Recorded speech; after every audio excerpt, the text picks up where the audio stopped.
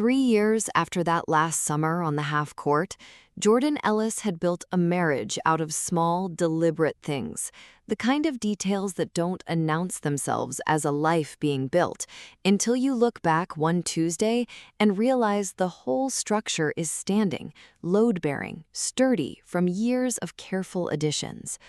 There was the ritual of Sunday mornings, which had started almost by accident in their first year of marriage and had never once been skipped since.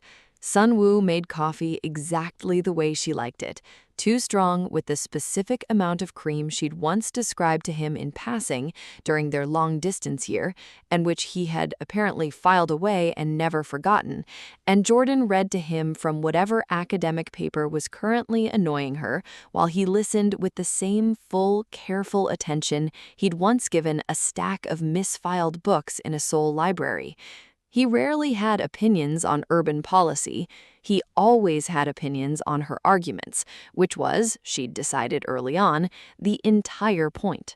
There was the half-court in their backyard, smaller than the one at their parents' estate, a modest hoop bolted above their garage door, installed the week they closed on the house because neither of them could imagine a home without one.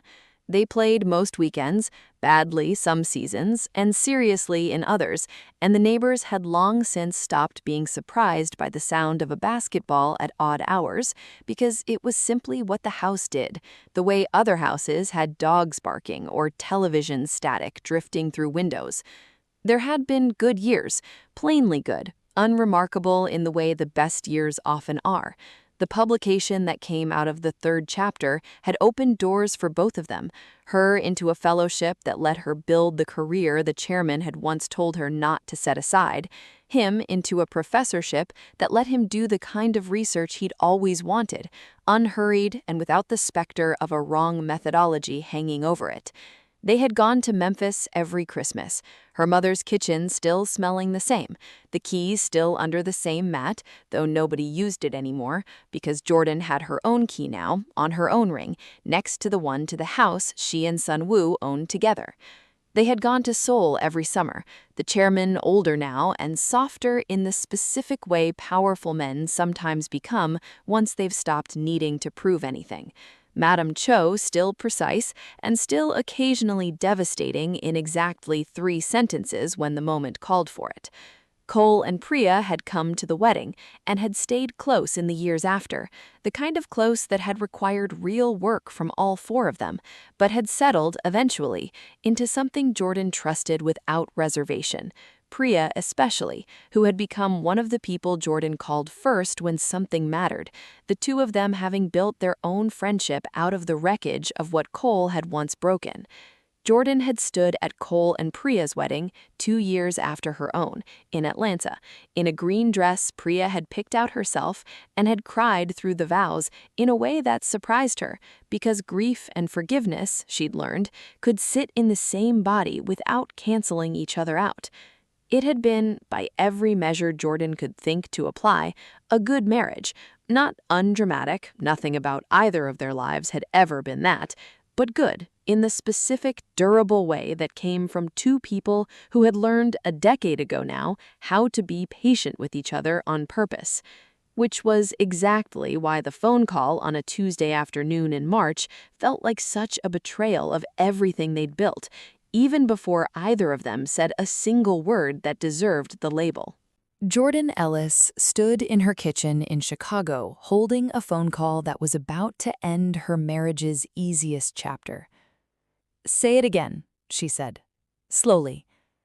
"The Singapore Institute offered me the directorship," Seon-Woo said, his voice carrying the specific careful quality it took when he already knew a conversation was going to be difficult and had decided to walk into it directly instead of around it. "5-year appointment, full autonomy over the research agenda. I want to take it, Jordyn." She sat down at the kitchen table, the same table where a year earlier they'd signed the mortgage on this house, where they'd eaten dinner most nights of their marriage, where she had built a life that had never once, not for a single day, included the words 5 years and Singapore in the same sentence. "You want to take it," she repeated. "I've wanted this specific position for years," he said. "You know that. I told you about it in the quad, that day I flew out to see your lecture. I said I had a proposition. I never stopped wanting it, Jordyn. I just kept waiting for a version of the timing that worked for both of us, and I don't think that version exists. I think if I keep waiting, I'll resent the waiting eventually, and I don't want that for either of us." "So, what's the plan?" Jordyn said, already hearing, somewhere underneath his careful tone, the shape of an answer she didn't want. "We keep our jobs," he said. "You keep the fellowship here, I take the directorship there. We fly. We make it work the way people make long-distance marriages work. It's not uncommon anymore, Jordyn.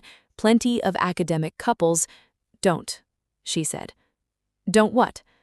"Don't give me a sociological framework for why this is fine.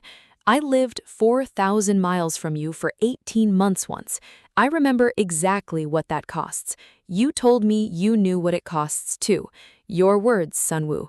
On the half-court, we know how it costs. That's different from knowing how it works." "I remember," he said, quiet. "Then why are you suggesting we do it again, voluntarily, for 5 years this time, not 18 months? "Because I don't see another option that doesn't require one of us giving something up entirely, and I don't think I can ask myself to walk away from this either, Jordyn. Not without becoming someone I don't recognize, someone who let the version of himself that mattered most quietly disappear because it was easier than fighting for it." "So, instead, you're asking us to just be apart for 5 years, married but apart?" "I'm asking us to find a way that doesn't cost either of us the thing we've built." Jordyn stood up from the table, her chest tight in a way she hadn't felt since a June afternoon on a half-court years earlier, watching gold light fall wrong across something that should have felt like devastation. "Are you tired of me?" "What?" "Are you tired of being married to me, Seon-Woo? Is that what this is? Because I am not tired of you. I have never once in 3 years wanted a single day of distance from you, and you are describing 5 years of it like it's a reasonable compromise, like it's just logistics. And I need you to understand that it doesn't feel like logistics to me. It feels like you deciding you can live without me in the room." "That's not fair," he said, and his voice had gone very quiet, the specific quiet that meant something had actually landed. "Maybe not, but it's honest. You asked me once what I wanted after Cole. I told you the truth even when it was inconvenient. I'm telling you the truth now. I don't want to build a life where I see my husband 4 times a year on video calls and holiday flights. I have watched women build that life and call it a marriage, and I have never once wanted it for myself. If you take this job, one of us has to actually move, Seon-Woo. One of us has to be brave enough to say, I would rather be near you doing something smaller than be brilliant somewhere alone." The line was quiet for a long moment. "I don't know how to ask you to be that person," Seon-Woo said finally. "I don't know how to ask you to give up the position they built specifically for you." "Then don't ask me. Ask yourself." She hung up before either of them said something in anger that would take longer to undo than the conversation itself had taken to have. She didn't hear from him for 2 days, which had never happened before. Not once, not through the worst of Cole's betrayal or the hardest stretch of their long-distance year or any fight they'd ever had. Seon-Woo did not go silent. Seon-Woo, whatever else was true about him, always came back and said something, even when the something was difficult. The silence, this time, frightened her more than anything he could have said. She was 3 days into it, sitting in her office grading midterms she couldn't focus on, when her phone rang with an unfamiliar international number, and she answered it out of the specific reflex of someone whose entire body was braced for exactly this call. "Jordyn," she said, in the same neutral, precise voice Jordyn remembered from a Friday dinner years earlier. I am calling because my son does not know I am calling, and I believe someone should tell you what he has not told you himself. What's happened? Jordyn said, standing up so fast her chair scraped loudly against the floor. He withdrew his name from consideration for the Singapore position this morning. He called the search committee at 6 a.m. Seoul time. He has not told anyone why. He has been in his study for 3 days. He is not eating properly. I do not think he is sleeping. Jordyn sat back down slowly. He withdrew? She said. He said, and I am quoting him directly because I believe the words matter, he told the committee chair, I would rather be brilliant next to my wife than brilliant alone. Then he hung up the phone and has not spoken about it since. Jordyn sat with the phone against her ear, the office around her suddenly very far away, and felt something break open in her chest that had nothing to do with grief at all. Madam Cho, Jordyn said, her voice unsteady in a way she rarely allowed it to be. Why are you telling me this? Because my son inherited a great many things from his father, including the specific inability to say the thing that costs him something in front of the person it costs him for. He will not tell you he gave it up. He will simply live as though he never wanted it, and you will spend years believing you never had to ask him to choose. A pause. I did not want that for either of you. You have both given up quite enough already, in different ways, over the years. I did not think this needed to be one more thing done in silence. Thank you, Jordyn said, her voice unsteady in a way she rarely allowed it to be. You should call your husband. He has been very foolish about how he tells you things. It is, I believe, a family trait he has not fully outgrown. Jordyn flew to Seoul 3 days later, having told her department only that it was a family emergency, which was, she decided somewhere over the Pacific, entirely accurate. She found Seon-Woo exactly where his mother said he'd be, in the study of his parents' house, the same shelves that had once held a misfiled section of architectural history books, though the room had changed in a few small ways in the years since. He looked up when she walked in, and something in his face did the specific collapsing thing it did when he was too tired to manage what he felt anymore. You withdrew, she said. My mother called you, he said. It wasn't a question. She said you'd rather be brilliant next to your wife than brilliant alone. I meant it, Seon-Woo said, standing, crossing the small study toward her with the specific careful urgency of someone who had spent 3 days rehearsing a version of this conversation and ran out of rehearsal time. I thought about what you said, about one of us actually being brave enough to move, and I realized I was asking you to be the brave one because I didn't want to admit I was scared to be it myself. I've spent my whole life being the person who achieves things. I don't know who I am if I'm not that person, somewhere impressive. But I know exactly who I am with you, Jordyn, in any room doing anything, and I would rather be that person than the director of anything. You gave up something you wanted for years, she said.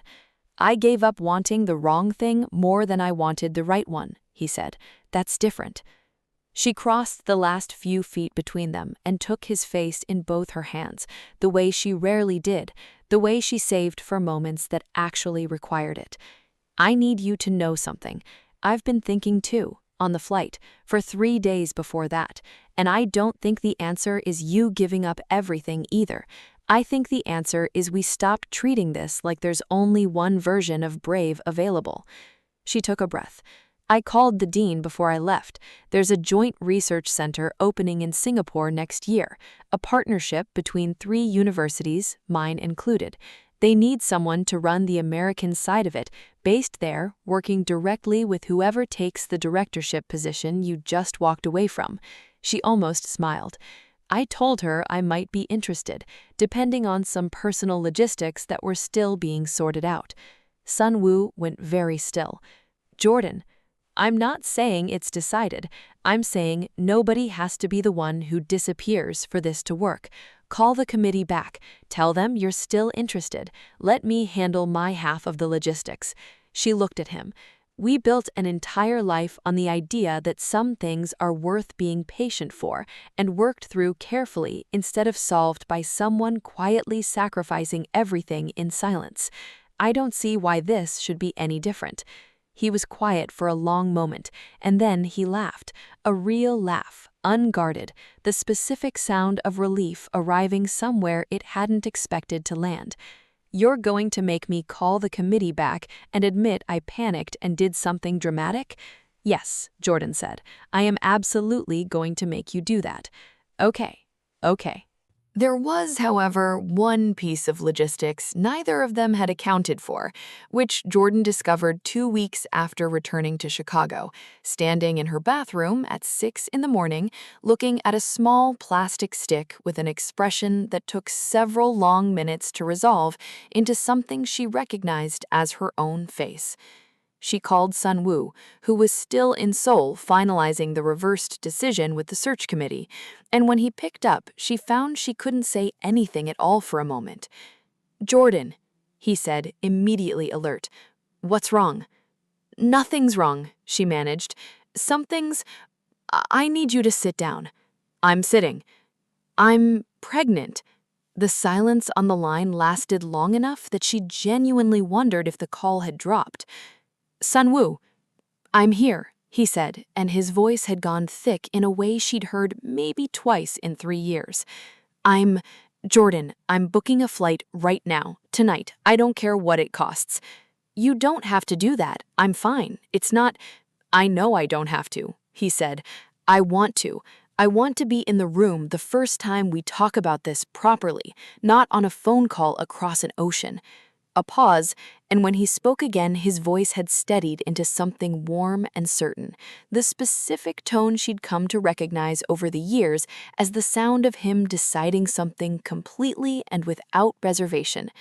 "We're going to need a different kind of logistics conversation now." "Yeah," Jordyn said, laughing despite the tears that had somewhere in the last 30 seconds started falling without her permission. "Singapore has excellent hospitals," Seon-Woo said, and she could hear, even through the phone, the smile in it. "I looked it up a while ago. I don't know why. I think some part of me was always hoping." "You researched hospitals in a country neither of us had committed to living in." "I research everything that might matter to you eventually. It's part of the job description at this point." She laughed again, wetly, sitting down on the edge of the bathtub with the phone pressed to her ear, thinking about a Thursday afternoon years earlier when a book had been in the wrong place, about a half-court and a key under a mat, and a chairman's careful blessing at a Friday dinner, about every version of brave, two careful, patient people had built between them, and understood, sitting there in the quiet gray light of a Chicago morning, that whatever came next, wherever it happened, they would build it the same way they'd built everything else, slowly, correctly, together. "Come home. We have a lot to figure out." "I'm already packing." "I love you, Jordyn."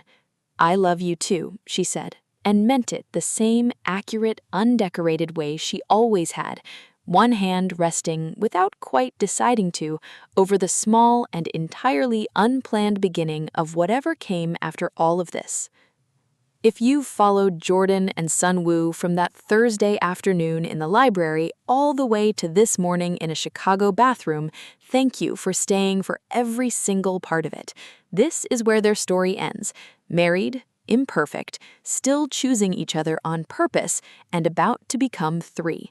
Leave a comment telling me which moment across this whole journey you'll carry the longest. Thank you for being here for all of it.